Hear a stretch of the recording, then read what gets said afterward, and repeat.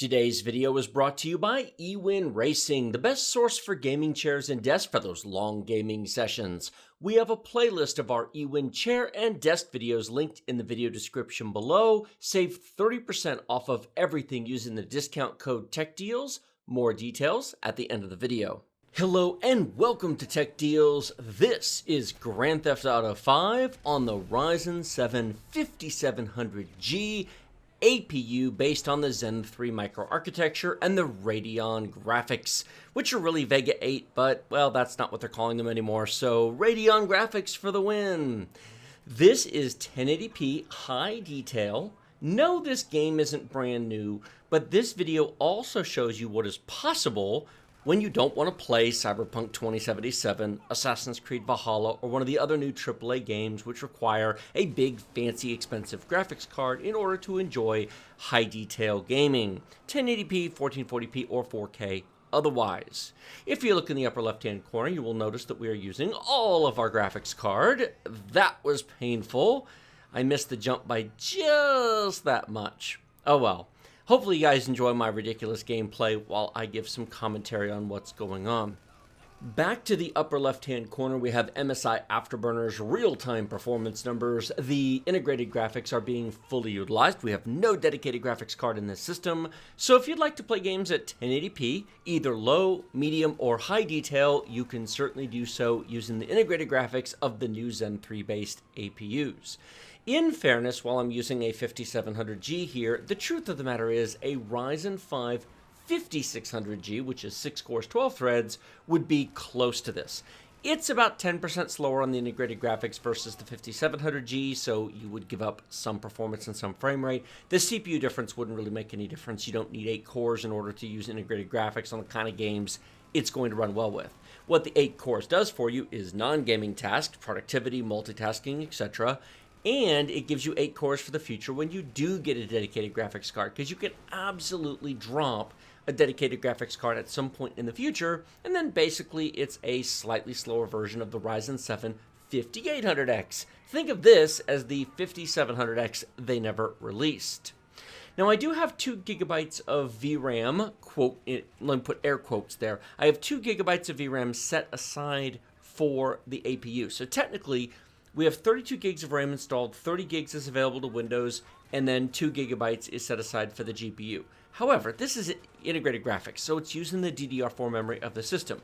What that means, important point here, is that if you overflow that 2 gigabytes of VRAM, then you're still in main system RAM. On a dedicated graphics card, for those of you who don't know, on a dedicated graphics card, when you overflow the VRAM on the card, which is much faster than the main system DDR4 RAM, then the textures and whatever else is in the game has to overflow into the main system RAM, which is way slower and can lead to choppiness, slow performance, texture pop-in, and all kinds of problems.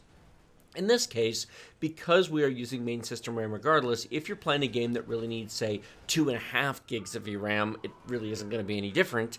Even though you can't allocate 2.5, the most the motherboard lets you allocate is 2 gigs, it's going to run the same. This also means that 16 gigabytes of RAM might seem logical for an APU, but it presents a problem. With 16 gigs of RAM, you've really only got 14 because 2 is set aside for the integrated graphics, and then any overflow is going to use additional main system RAM. Now, not here in this game because, of course, Grand Theft Auto 5 came out in 2013, but in some of the other games I've tested, I have seen total main system RAM use reach 25 gigs of RAM due to a combination of the game, a combination of the VRAM overflow, and just newer games use more RAM. Now, was the performance amazing? No, because newer games are really kind of... Well, let's just say I've got 35 games tested on this, and some run better than others. What else is there to say? I could talk for the next 10 minutes, but I think you get the point. I'm not even going to provide a benchmark chart because it's one game and one test, and you can certainly see the performance on the screen. It is very lovely. It does not, however, maintain this performance in all areas of the game and in all weather conditions. Let me show you one quick example before we go. During the daytime with no weather conditions going on, we were getting about 50 frames per second, which frankly for integrated graphics, 1080p high detail is not bad. However, as you can see here with some dusk and lighting effects and the rain, we're down just below 40 frames per second, and there are times it's going to get closer to 30. If you look in the upper left-hand corner, the leftmost white number is the real-time frame rate. The middle white number is the average frame rate since I started the benchmark, which was 20 minutes before what you're watching right now. And then the rightmost number is the rolling 1% low. So the 51 looks impressive, but that is over a period of time. Still very playable, still very controllable, and that's not going to end well. How is that truck still drivable? It must be the new Super Duty edition. Must be a Ford Raptor in disguise. In any case, thank you all so much for watching. Let me know what you think of this. I am going to be having a 35 game test coming out soon, showing tons of different games, some of which run better than others. Cyberpunk looking at you.